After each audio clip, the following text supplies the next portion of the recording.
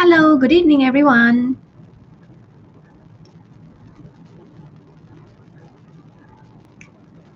Hold on.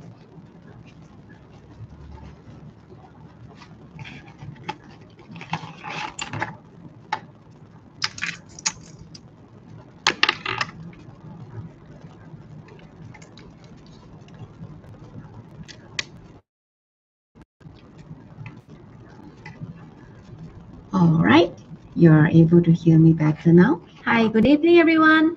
Welcome to Parenting Talk. So, today we are going to talk about positive discipline strategies. So, I'm going to provide you with practical tips and scenarios which I have gone through before, how to build positive discipline strategies, and also the importance of building positive discipline strategies among our children. Let me introduce myself. My name is Carmen Liu. My profession is a communication and leadership coach and also a trainer. And I'm also a certified relationship consultant of LPPKN Malaysia since 2001. I'm also a licensed NLP practitioner, a public speaking practitioner, which I help my clients to build more confidence in communication, whether you communicate with your friends, your colleagues, your families, or your peers. And that's what I'm practicing as public speaking practitioner. And the service I'm providing include corporate trainings, public talk, private coaching, as well as classes as well, a group of classes as well. So my topics of trainings normally we're ranging between personal branding and focus on communication and leadership. And recently, I've explored into sales training as well. I'm married for 23 years and I have a 21-year-old godson, who is very close to me, and also a 17-year-old daughter who is going to pursue her tertiary education soon. Well, before I start, let me share a quote which I really like. Education is the most powerful weapon which you can use to change the world, as what said by Nelson Mandela.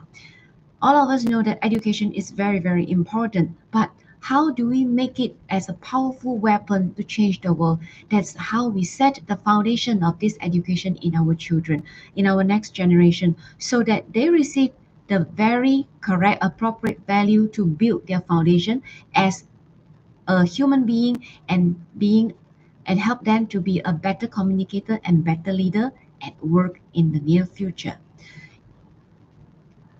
Well, today, what's the purpose of the talk? We are talking about positive discipline strategies. So why?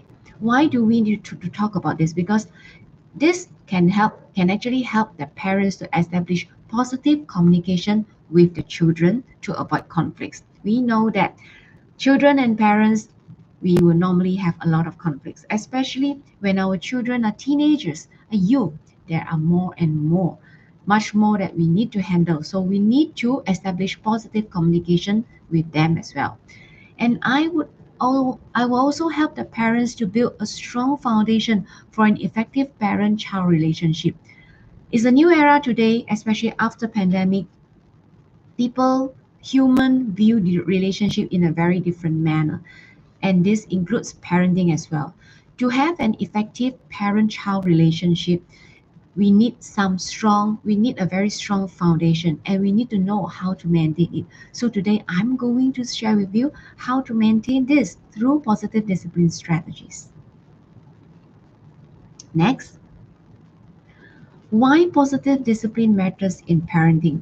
Positive discipline is essential in parenting because it shapes a child's emotional, social, and cognitive development.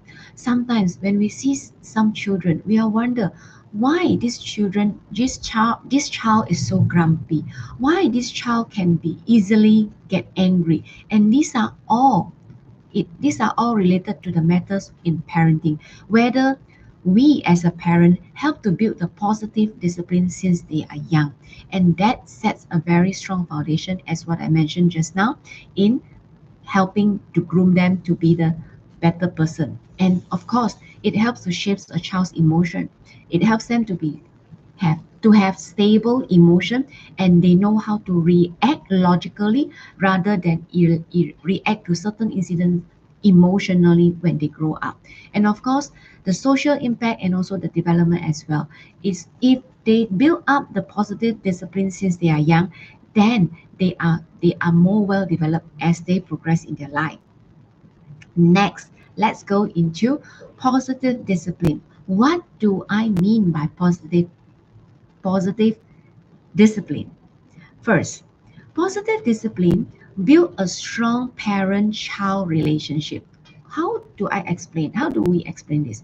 Positive discipline is based on mutual respect. That means the parents respect the children respect the parents, and will help the parenting. This will help the parents and children to build up, to develop a trusting relationship. Trust is a very important element in every relationship, includes parenting as well. And when our children feel that they are very safe and being heard, being understood, they are more likely to cooperate and communicate openly. They feel free to share their ideas because parents won't scold them, won't punish them because of expressing their own thought. And also, a positive environment reduces the power struggles and strengthens the emotional bonds as well. Some parents told me before, as my child grow up or as my children grow up, I'm so afraid that I lost the bond with them, especially when they are away from home to further their studies and they are away from home to develop their career. And if this positive discipline is built very strong, it will strengthen the bond. So no worries about that. Next, encourages encourages the self-discipline and responsibilities. Now, instead of relying on external punishment, children learn to regulate their own behavior. So that's why I say encourage the self-discipline. When self-discipline come in, when they know how to self-discipline themselves, they know how to regulate their own behavior. And teaching natural consequences help the children to understand cause and effect. That means if you practice just for example, if you practice to wash your dishes after every meal, and this is a good habit, and they will know that yeah, this show people that they are clean, they are neat. So this is the cause and the effect. If they don't do that, people may see them as, oh, you are not a very clean person. You don't think that cleanliness is something very hygienic. So for example, if a child forgets to bring their lunch, okay, this is the second example, they experience mild hunger and remember next time, and rather than being scolded. So this is what we call cause and effect as well. The third one I would like to share about positive discipline is reduces the fear and builds emotion security. How do we explain this? Okay, normally, especially Asian parents, we like to punish when our children are young. I think, yeah. And punishment often leads to fear, resentment, or defiance. So making the children anxious about making mistakes. So every time when certain action they need to fulfill certain action in their mind is whether this is right or wrong, so they have no chance to express their own thought. But if we foster the positive discipline, we will build up their confidence, we will build up their problem solving skill, allowing them to learn from their mistakes in a safe space. And children who grow up in such a nurturing environment develop healthier emotional regulation. That's why it will reduce the fear and build emotion security. Next, positive discipline also develop long-term behavioral change. What do I mean? Punishment may stop bad behavior temporarily because of the fear, but it doesn't teach better alternatives. Instead, positive discipline helps the children to understand why, why certain behaviors are unacceptable and how to make a better choices. So this is what I meant by develop long-term behavioral change. In such a way, they develop a sense of integrity and accountability even when parents aren't watching, because they know that once they commit, they are accountable to settle the job or to accomplish the task. This is what I meant by long-term behavioral change. Next, prepares the children for real-world challenges. Our children they were brought up by us, eventually they will go out to work at the real world. In the real world, nobody will protect them. They need to know how to protect themselves to face the real world challenges. So in adulthood, discipline is not something about punishments, but it's about self-control, decision making, and adaptability. So all these good values need to be cultivated through positive discipline. Children raised with positive discipline learn to respect rules, resolve conflicts peacefully, and handle challenges with resilience. And that's the very important thing, because being resilient is a very, very great quality as a leader or as a peer to work in the same environment. And they become more empathetic, more socially responsible, and also more emotionally intelligent individuals. This bring back to what I say by more emotional security and more stability in their emotion as well. So now we understand how positive discipline can help our children from young until they grow up and work in the real world. Next, let's go into challenges. Some common challenges in disciplined children. I know that parents, you and I are the same. We set discipline in children when we brought them up.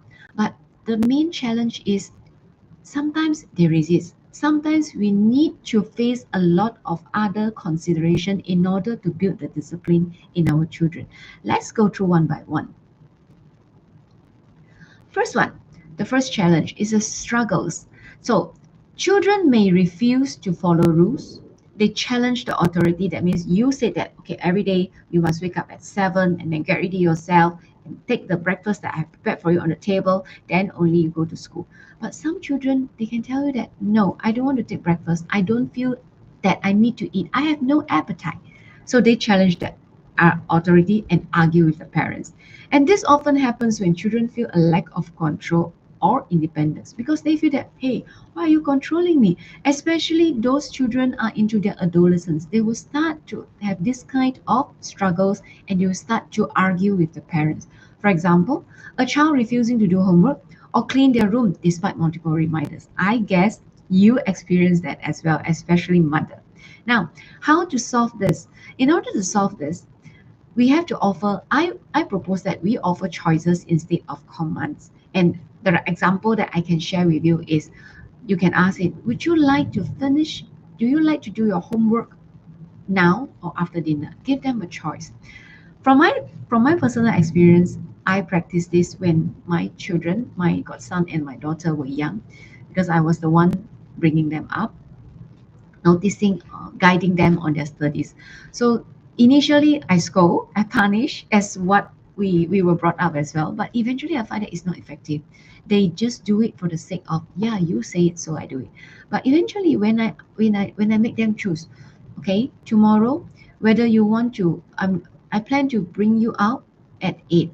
So what time do you plan to wake up? You want to wake up early, 7 or 7:30? Just like you just have enough time to prepare yourself to go out. So at least they have the choice.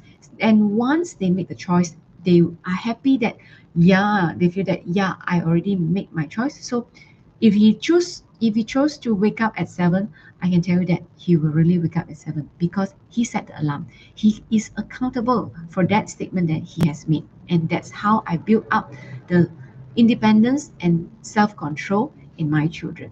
And of course, the best way is because the best is because my children, they are swimmer. So once they stick this, they are very disciplined. Next, the second challenge is inconsistent discipline.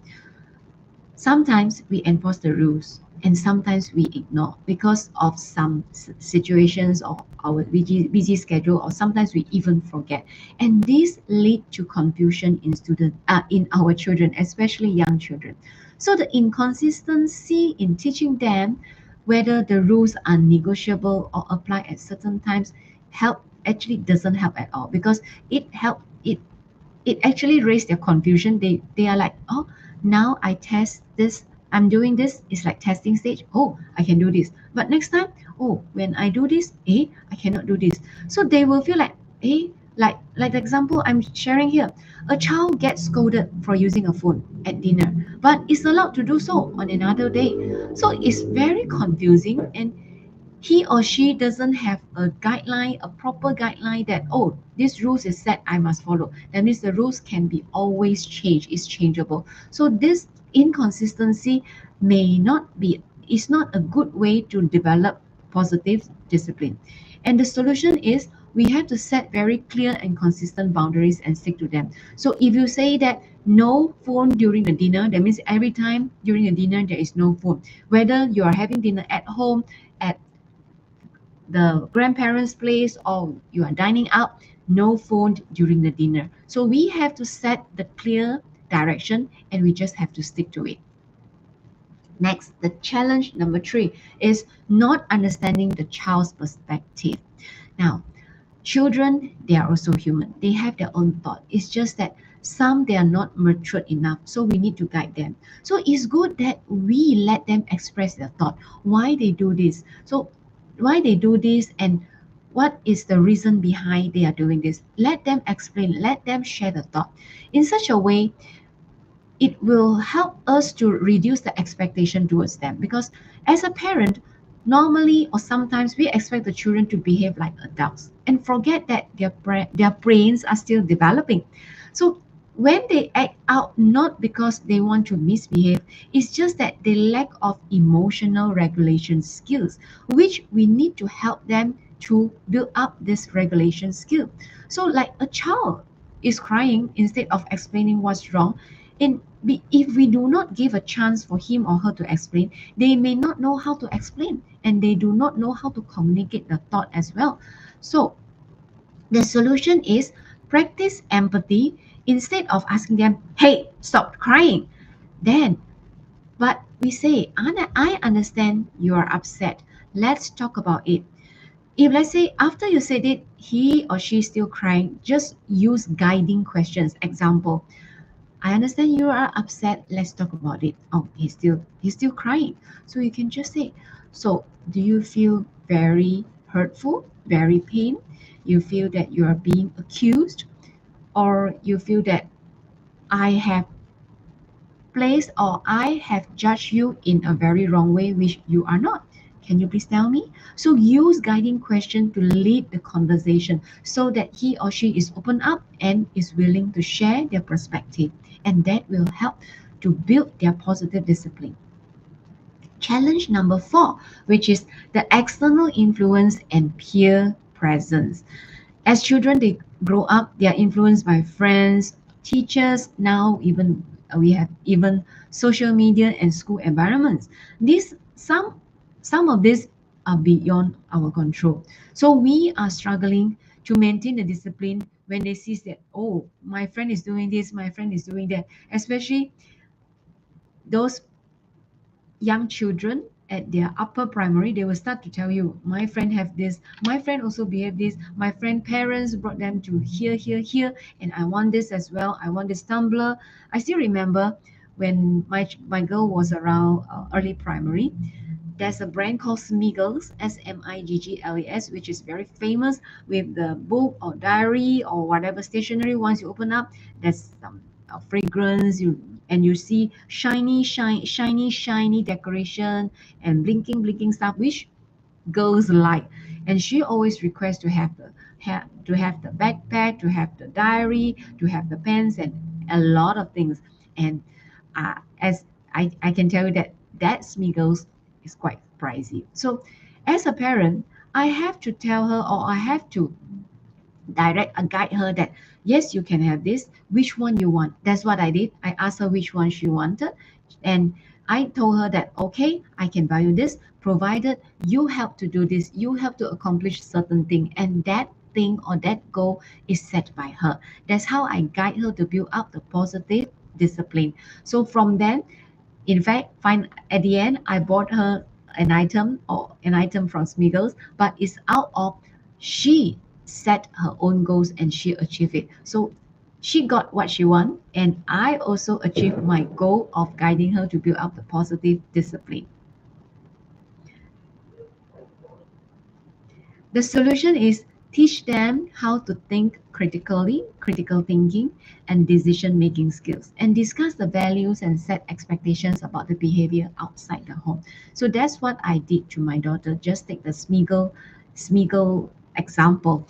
In fact, I teach her, once you see things, you need to know that whether it's what you need or what you want, and you have to decide, if you want to have it, what are you going to do to achieve, what are you going to do, your action, then you achieve the goal, that getting this smiggle from me. And after she got the smiggle, in fact, I asked her, what does that smiggle bring to her? She said, I feel happy because my friend has the same thing as me. I feel that we are a team, we are together. So these are the values that in her mind, which she feels that if she has something same with the friend, that means they are a team. So this is what I term as value, and also the expectation of her. Next, the challenge number 5 is parents' own stress and fatigue. We are working people, so sometimes we are stressed and tired. At the end of the day, we are overwhelmed as well. And we may react very harshly or inconsistently towards our children. It's unfair to them because we throw our stress, our emotion to them at the end of the day. So yelling at children out of frustration instead of addressing the behavior calmly is something which I should say, I can say that most of us did it in certain way because of all this stress. So the solution is, we need to take care of our mental and emotional well-being. We need to understand our emotional state, whether when something trigger, whether it's because of the children, or is being triggered because of all the happenings toward after a long day. And we have to pause before reacting and use calm, firm, and firm discipline instead of emotional outbursts. So the only solution is, we have to understand our mental health, our mental and emotional well-being. We have to understand, are we going to outburst once we hear something or see something that she has done? We have to pause. Pause is a good strategy.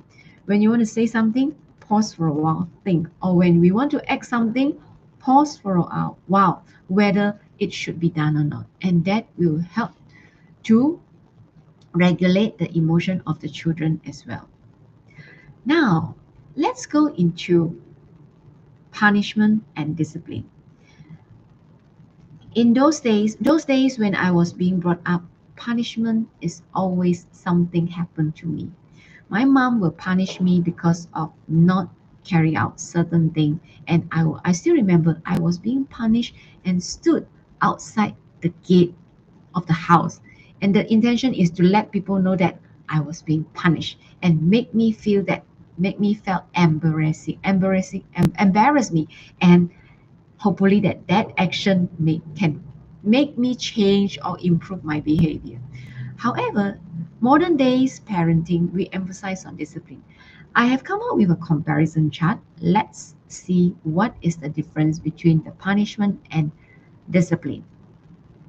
Now, definition. Punishment is something which inflicts penalties for bad behavior to control or stop it. We use punishment. But discipline is, we guide the children to make better choices. For example, just like just now, whether the child want to have the dinner, want to do the homework now or after the dinner. So it actually help us to guide them to make better choices, in the sense that we can tell the child, if you do it now, then only you have dinner. You Whether, if let's say you are full, then you may do it now, then only have dinner later. If let's say you feel that you are too hungry, it's better for you to have the dinner, then only do your homework. Because if you delay it, it may cause some gastric problem or stomach problem, which is not good for your health. But if you choose to, if you feel, whichever way you choose, he or she choose, they learn how to make choices, and they know what is the consequence as well. This is how we guide the children. And the focus for punishment is always past mistakes and consequences. But In discipline, under discipline, the focus is always future behavior and learning from mistakes. Past is past. What is the learning? How are the children going to learn from the mistakes and change the behavior and apply it in the future? That will be the focus in discipline. All right.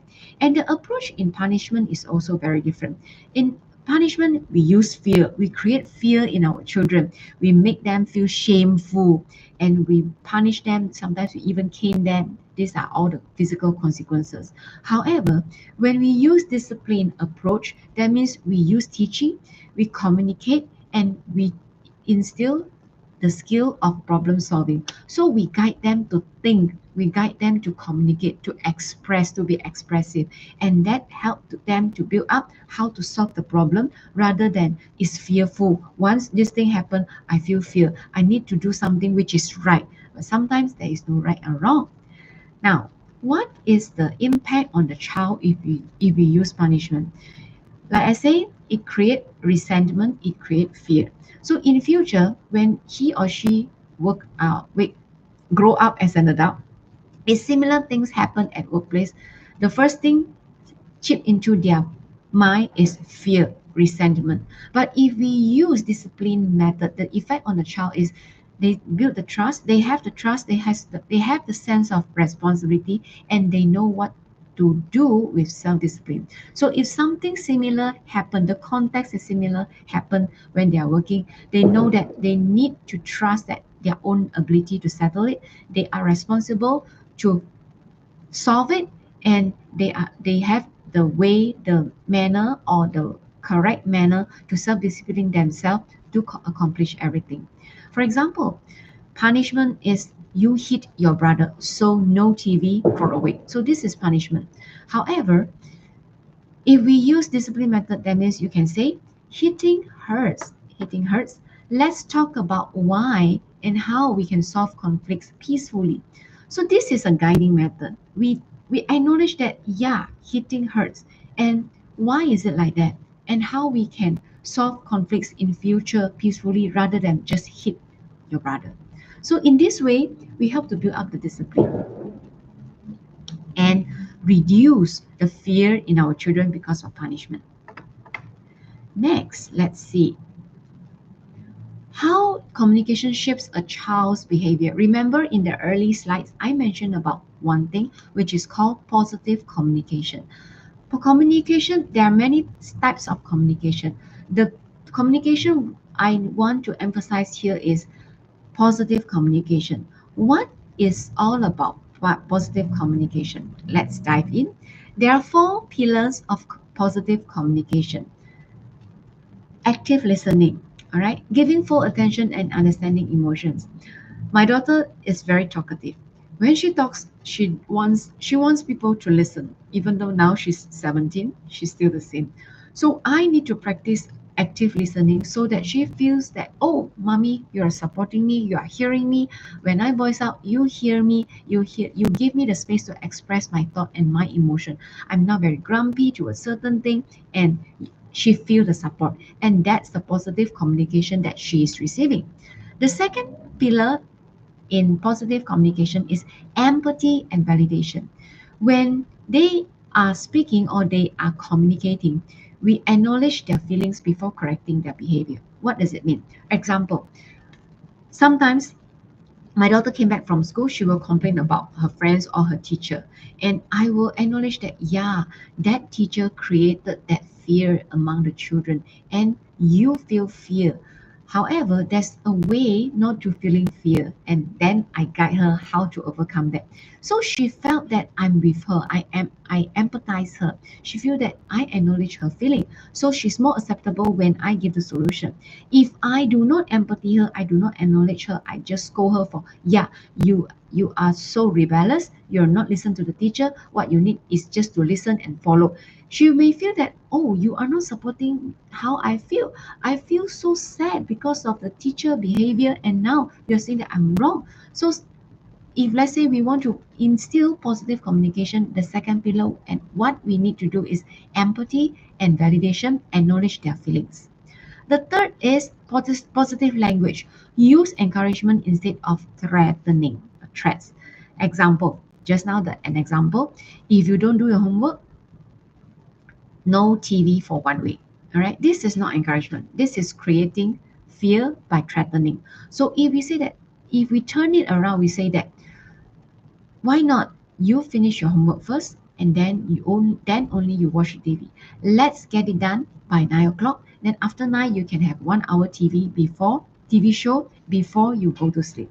And that's positive language to show that we encourage them to finish the task, finish the task first, then only continue with their hobby. The last pillar of positive communication is the tone and body language. Tone and body language is part of non-verbal communication, which people don't hear it, but people see it. So when when we when we say things like say things very loud, or use our body gestures like to bang the table, these are the non-verbal communication which can affect the impact of the children.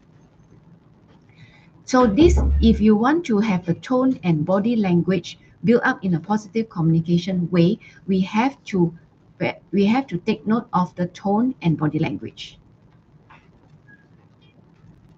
Now, let's go into another element, which are positive discipline strategies.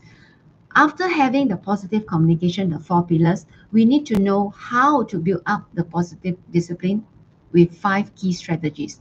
The first thing is we have to set clear expectations and boundaries. What does it mean? It means that we have to communicate rules in advance to avoid power struggles. And also, because, okay, this is an example. The screen time ends at 8 every night. So this is the rules. So by 8, by hook or by crook, you just need to have the cutoff, the screen time, and go back to the study or whatever. We just have to adhere it, because if you don't set expectation, let's say I don't set, and I just say that, hey, it's 8 o'clock already, come, let's go back, go to the other room to have your homework done. Their eyes will still glue to the monitor or the screen, because we did not set clear directions or clear expectation. They feel that, oh, you just say it, so there's no rules being set in advance. So always set this so that they know that this is the rules that we need to follow. The second is use logical consequences instead of punishment. For example, the consequence have to relate to the behavior. For example, losing a toy if not care for it. You can say that, now this is a Lego set. If you always just take it off in such a very rough way or very hard way, you will spoil the Lego set. So instead you have to do it gently, so that the toy will always be there, and whenever you want to use or whenever you want to play, you can always play with it. That's what we call using logical consequence instead of punishment. It's better rather than you say, oh, once he pulled too hard of that Lego, then you just hit his palm or hit his hand. That is not a proper way to build up the positive discipline, and that is actually creating fear. So remember that, use logical consequence to relate that behavior in order to build the positive discipline strategies. Next one is offering choices to build responsibilities. It means we encourage decision making. So while helping them to build up the positive discipline, we encourage them to make decision as well. The example would be, you can ask whether do you want to clean up now or after dinner. They have a choice. So whether you want to clean up now, that means you're going to have a shower now, then only you have dinner. So if you feel hungry, you may want to clean up later, that means after dinner. If not, then you can clean up now. So they have a choice to make, so that they know that, okay, now I don't feel that I'm very hungry, I'm going to take my bath first, I'm going to clean up first. So if halfway during the cleanup they feel that they are hungry, they won't complain, because they made their own choice and they are responsible for the consequence of that choice as well. So build that. And the fourth one is Teaching problem-solving skills. Problem-solving skills is very essential, especially when you're at work or even they are in tertiary education, because every day we face a lot of challenges, a lot of problems, and we need to build up this skill. So problem-solving skill help the children to learn from mistakes rather than fearing of consequence. So when something happens, they know that yes, let's sit down, think of it, how to tackle it, rather than okay, this thing happened. What am I going to do? I'm so fearful. It's happening again, right? So this is what we need to instill in them so that they have the mindset they are ever ready with problem. Whenever problem happens, we just have to find a way to solve it with the support of people, or we need to find alternatives on how to settle it. The fifth one is using time in instead of time out. So time setting a child to help them regulate emotions rather than isolating them. So these are the two differences between time in and time out. Let me go into detail what is time in and time out so that you have a better understanding on how to build up the positive discipline strategy. Now, this is what I want to share with you. Time out means you exclude the child, and the child is required to self-regulate without any support. And it can be from negative attachment to certain emotional states, example, anger, because you leave it alone. But if, let's say, we practice time in, that means we include the child. There's an opportunity for caregiver to model the regulation and support the child in their emotion. So allows the acceptance and also validation of all emotional state. That means we allow them to express their thought, acknowledge their feeling. Let's say we allow them to say that, yeah, I feel sorry for being so mischievous and broke a class. This is a time in method. Rather than once she broke the class, you say that you are being punished. I lock you in the room today. You just have to reflect on yourself and you cannot do this for a week. That's called time out. So time in is always an inclusion method which help to build up the children confidence and also is a positive discipline strategies to make them to have more secure in their emotion. All right. Now, what are the key takeaways in today's all right, wait, before I go this. Now, before I go to the key takeaways, let's see any question so far. Let's see, yeah.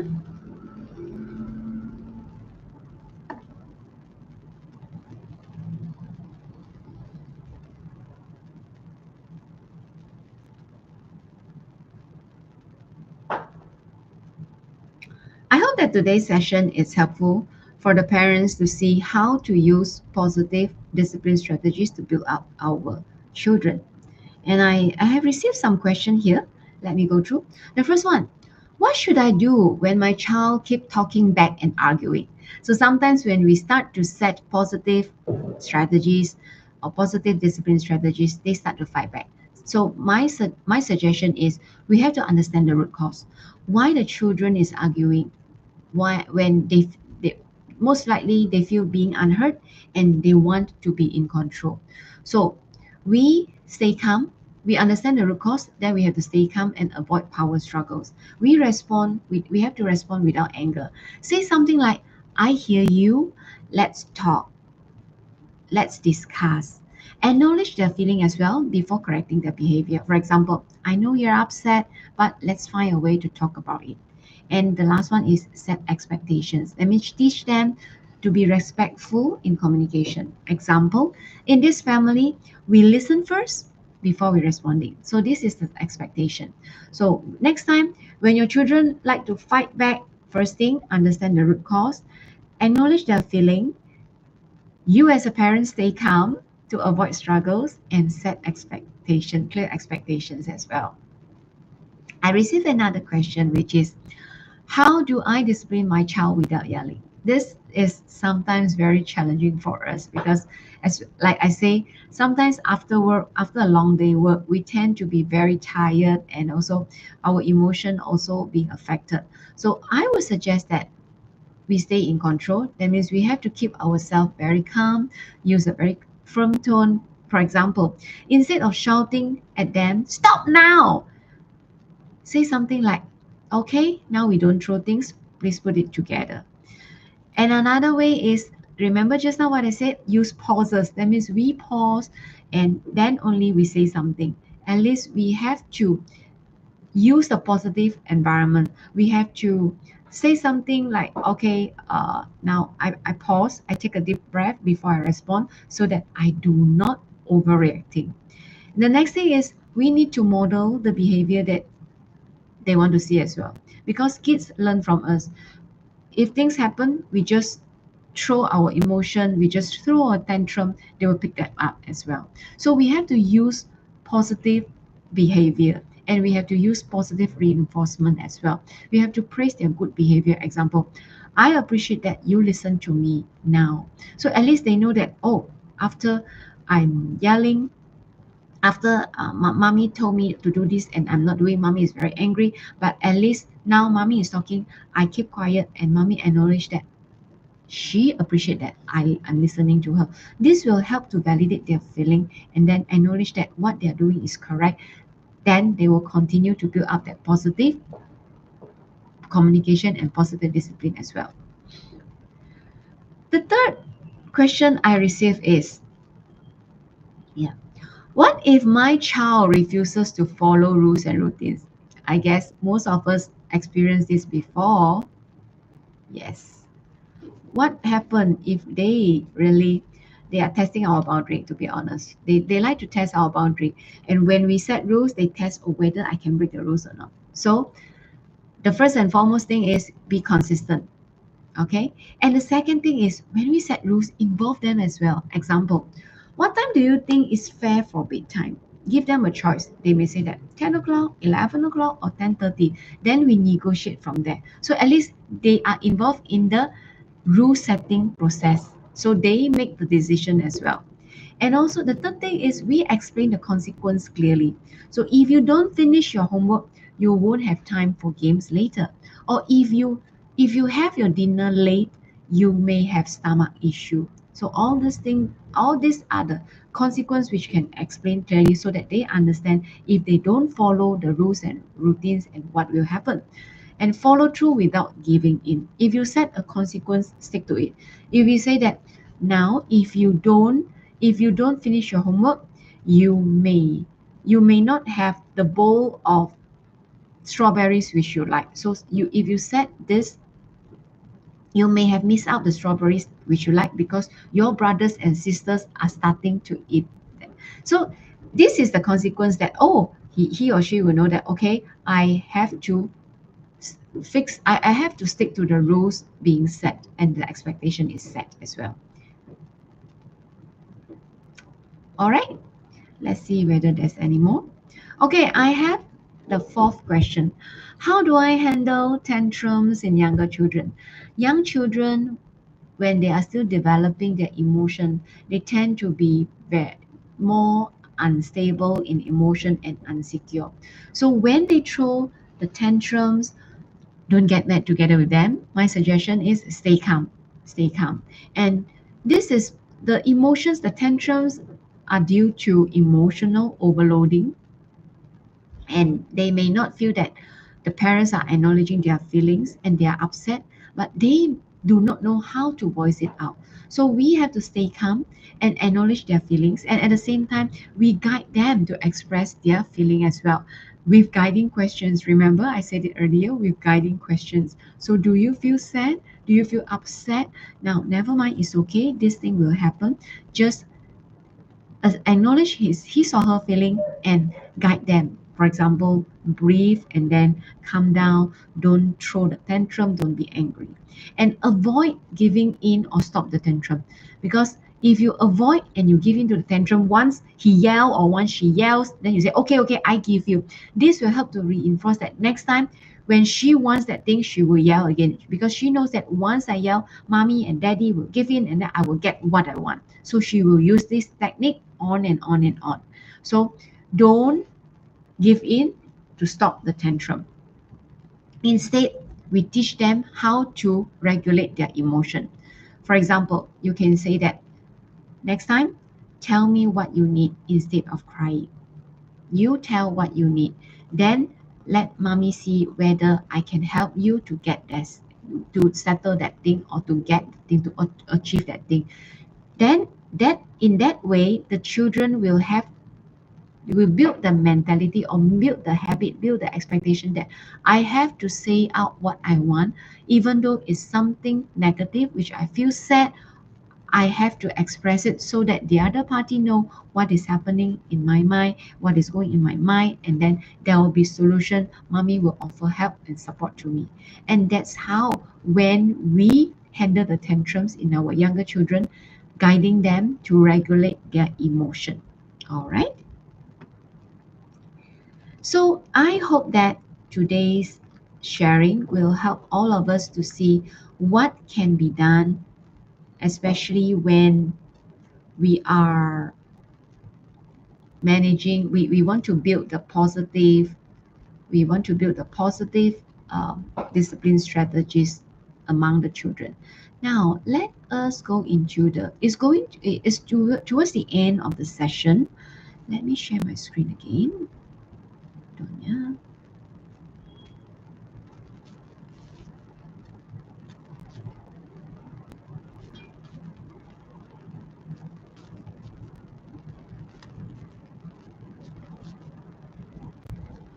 Okay, as you can see from the screen, these are the key takeaways which we have learned today, which I have shared with you. The first thing is the importance of positive discipline. Importance of positive discipline is to build up their confidence and build up their habit as well, and also instill the way that how they think.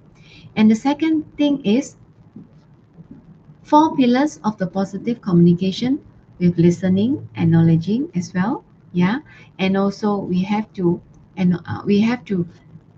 keep our be consistent as well. These are the four pillars of communication. And the last thing that I've shared is the 5 key positive discipline strategies, which I will give you different scenarios as well.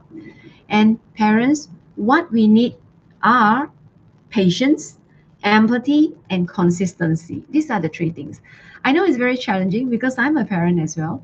Uh, I feel lucky is because now both of them are like 17 and 21 already. But for parents with younger children, I know that the challenge sometimes is really challenging your patience to be empathy and to be consistent.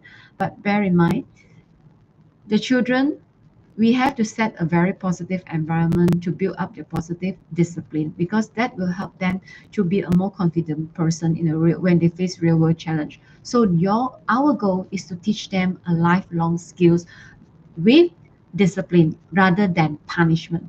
So I hope that this session is helpful to you, to help you to have an idea how to set positive discipline strategies among the children, and with the with the 5 pillars, and also the 4 pillars of positive communication, and also the 5 key positive discipline strategies. So happy parenting with the 4 pillars positive communication, which are active learning, empathy, positive language, and the tone and body language. And make use of the positive discipline strategies to set expectation, to use logical consequence, offering choices, teaching them problem solving skill, and also use the time in method, inclusion method. So all the best, parent. So I'm going to see you next round with the topic of, let's see what's the next topic, motivating your child. See you next month. Thank you.